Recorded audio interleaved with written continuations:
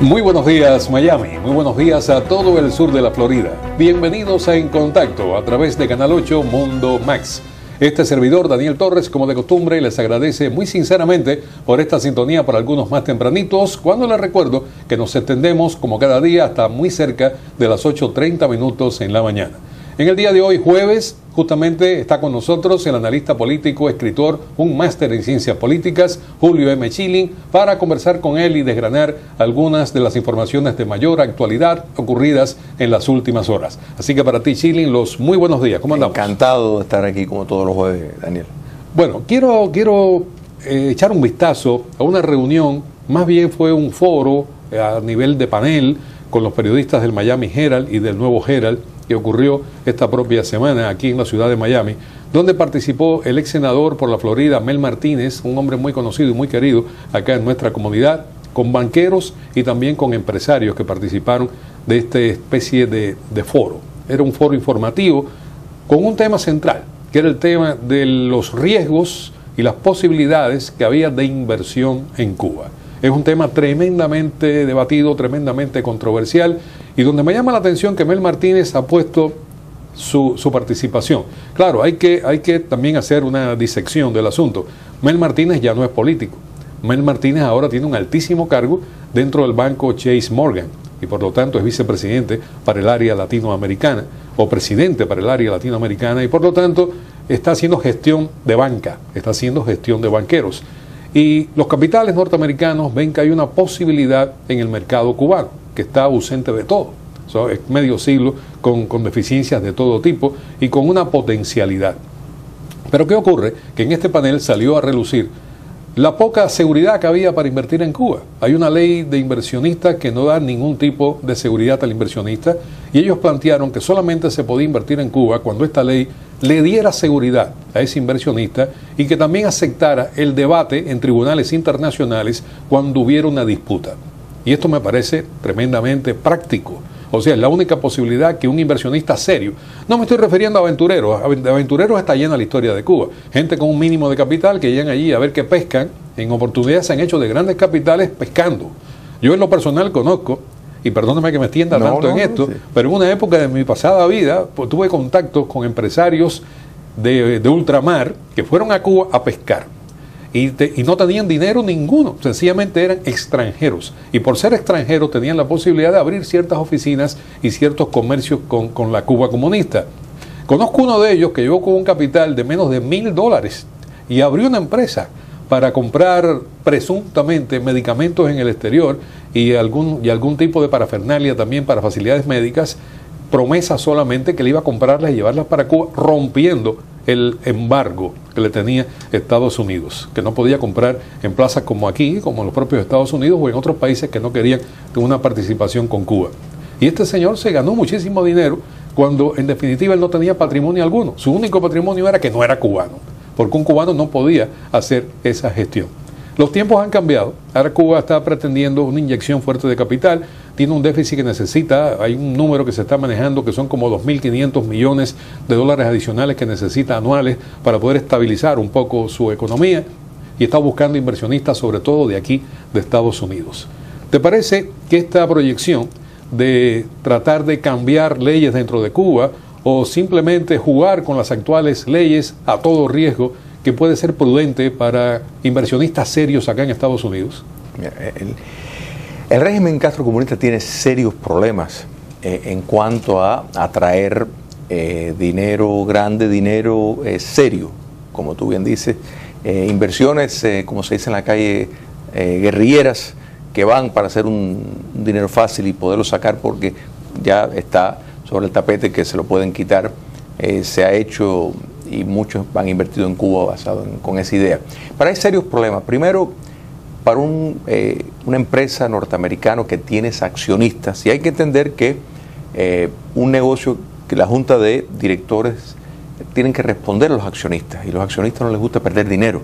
Entonces, ¿cómo justificas invertir en un país donde todavía no se ha resuelto más de $7.000 millones que se confiscaron a ciudadanos, con ciudadanos de ellos? Entonces, de entrada eso es un problema muy serio. En otras palabras, aunque las leyes la modificaran está primero el problema que no se ha resuelto de las confiscaciones. Segundo, en Cuba no hay mercado.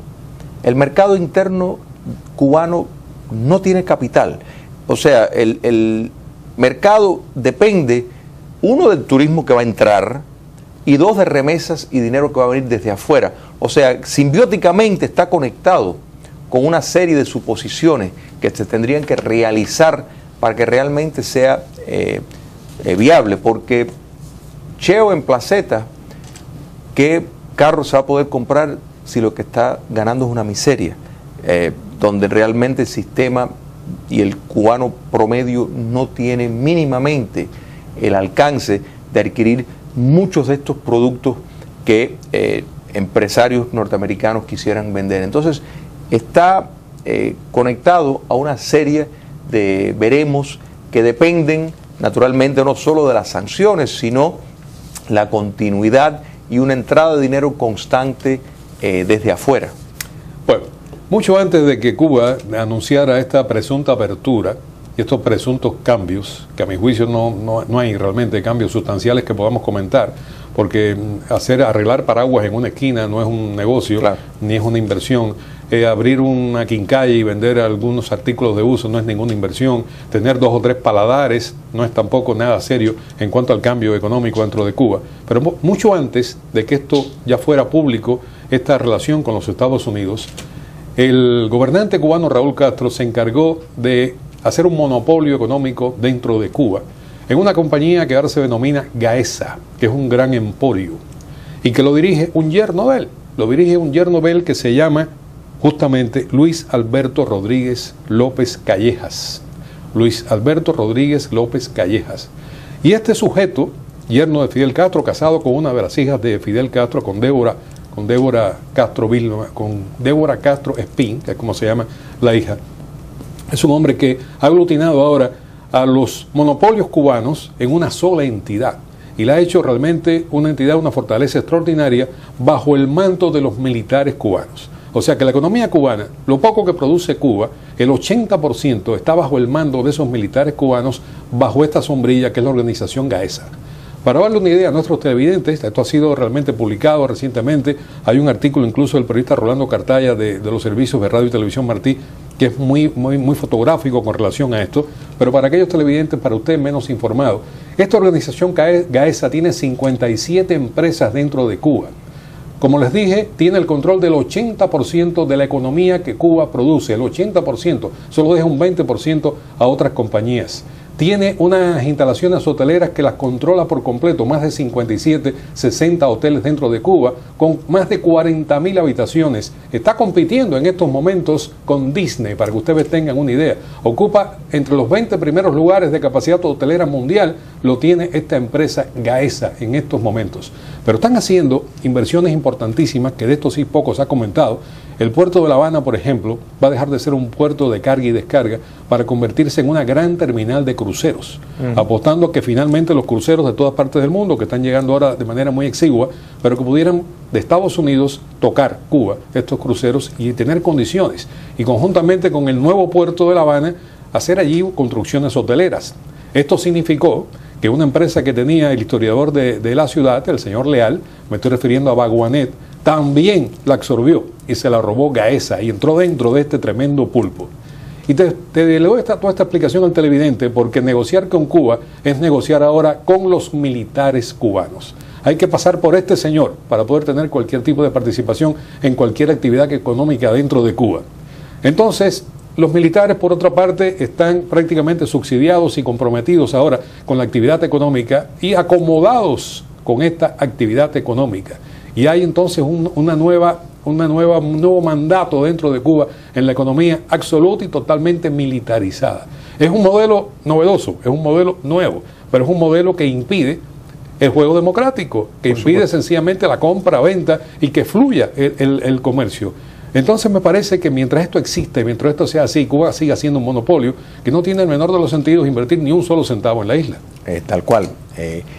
Gaesa es la empresa hotelera en América Latina más grande en manos de latinos. En otras palabras, en América Latina la cadena de hoteles más grande en manos de alguna entidad latinoamericana es Gaesa. Entonces, estamos delante de, en efecto, un monopolio vinculado al poder dictatorial, donde, en efecto, es quien tendría que negociar cualquier empresa extranjera que quiera operar en Cuba. Y ese % de la economía que queda, no privada, porque ellos mismos la llaman no estatal, porque ellos no reconocen la empresa privada, sino la llaman no estatal, en efecto está bajo la tutela del régimen, en el sentido de que cualquier participación contestataria, cualquier señal de que no están integrados, pierden el negocio al instante. Entonces, efectivamente, esto tiene un proyecto estratégico político para garantizar la prolongación del poder dictatorial. Lo que se le llama revoluciones de palacio, o sea, golpes de Estado que vienen desde adentro, dentro de la misma estructura de poder, siempre es el gran temor de dictaduras como la cubana. Entonces, la mejor forma de coaptar ese sector es entregándole la economía para que lo manejen, y por supuesto viven de una forma que no puede ningún millonario en el mundo libre, porque las leyes están totalmente arbitrarias y diseñadas para acomodar todo esto. O sea, no existen en el sentido de que son aplicados solamente si el régimen determina que ya esa persona o entidad no les negocia. Bueno, esto es en el aspecto económico. En el aspecto político, antes de ir a la pausa, que ya nos hemos robado bastante, en el aspecto político todo parece indicar, si Raúl Castro cumple su promesa de abandonar su cargo como gobernante de la isla, todo parece indicar que le va a pasar justamente este mandato a uno de sus hijos, Alejandro Castro Espín, que se está preparando justamente para esto, al más autóctono estilo de Corea del Norte. Así es. O sea, sigue la dinastía. Este sí es el modelo político sí es el de Corea del Norte. Cierre total, mucho menos no pensar jamás en elecciones, ninguna participación de la oposición hasta el momento, ni siquiera en la Asamblea Nacional, que no hay separación de poderes, pero que pudieran darle tal vez algún escaño a algún opositor para jugar a la democracia, claro. Pero ni eso quieren hacer. Y posiblemente Alejandro Castro Espín sea entonces el máximo líder político ante la ausencia de Raúl Castro. Esto es una especulación, pero todo parece que por ahí camina. O sea que va a tener a un hijo suyo en el frente político, siendo el líder, y va a tener a su yerno en el frente económico y a los militares de su confianza al mando de las grandes empresas dentro de este gran monopolio. Si esto es una apertura, que Dios lo escuche y lo vea en realidad. Vamos a la pausa, ¿qué te parece? Perfecto. Vamos a la pausa, amigos, 2 minutos aproximadamente, estamos de regreso en 2 minutos y vamos a tocar un tema interesante. Hay un cable que estaba leyendo en el día de hoy donde los ayatolas iraníes están diciendo que Estados Unidos sigue siendo Satán y que por lo tanto no hay ningún tipo de negocio con ellos, si no es solamente el acuerdo, que es muy también controvertido, que se ha hecho con referencia al programa nuclear. Esto y más al regresar en Contacto. Excelente, amigos, que continúen con nosotros a través de En Contacto y Canal 8, cuando había dejado el tema de las últimas declaraciones del ayatolá Khamenei allá en Irán. Como ustedes conocen, los que siguen las informaciones, se ha firmado un acuerdo para detener el programa nuclear en Irán y que no llegue a la bomba atómica, que es el gran anhelo de los iraníes. Los iraníes siguen viendo a Israel como el gran enemigo, siguen viendo un mundo, ellos quieren y sueñan con un mundo sin Israel, y lo acaba de confirmar ahora Chilin, Julio M. Chilin, lo acaba de confirmar ahora este ayatolá, el máximo ayatolá Khamenei, cuando ha dicho que Estados Unidos sigue siendo Satán, que con Estados Unidos nadie que negociar, y que ellos contemplan que en 25 años venideros Israel dejará de existir y el sionismo, como dicen ellos, dejará de existir, pero que entre tanto eso ocurriese, que van a poner realmente todo empeño y todo interés en hacerle la vida imposible al pueblo israelí. Este Irán tampoco ha cambiado absolutamente nada y no acaba de comprender que el mundo es totalmente diferente a como ellos lo están analizando. Esto es otro error garrafal e irresponsable de la administración de Obama, de pensar que un régimen dictatorial como el actual de los ayatolás en Irán pues va a cambiar. La naturaleza queda demostrada, es más, acabadito de firmarse el acuerdo, sale un libro de Khamenei donde precisamente reitera su propósito de destruir a Israel.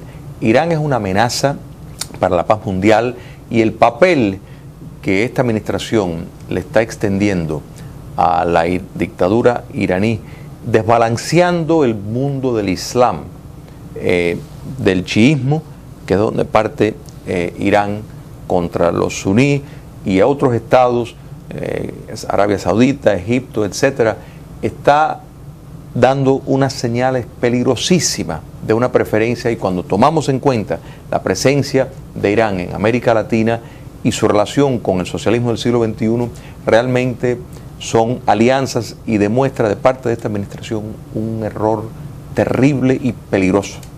Bueno, lamentablemente, Chile, nos quedamos sin tiempo. Realmente este era un tema para haberlo desarrollado con mayor tiempo. Vale la pena porque realmente hay declaraciones que me dejan en shock con referencia a este señor al frente de la autocracia iraní, y evidentemente todo parece indicar que el acuerdo está de un hilo de coser cuando hay este tipo de discursos. Correcto. Pero bueno, te propongo tal vez en días venideros entonces regresar con este tema. Es que eso tiene una relevancia y la va a seguir teniendo. Por supuesto que la va a tener. Y antes de concluir, quería que tú le dijeras a este televidente y les invitaras creo que tienen una actividad ustedes este propio fin de semana. Correcto.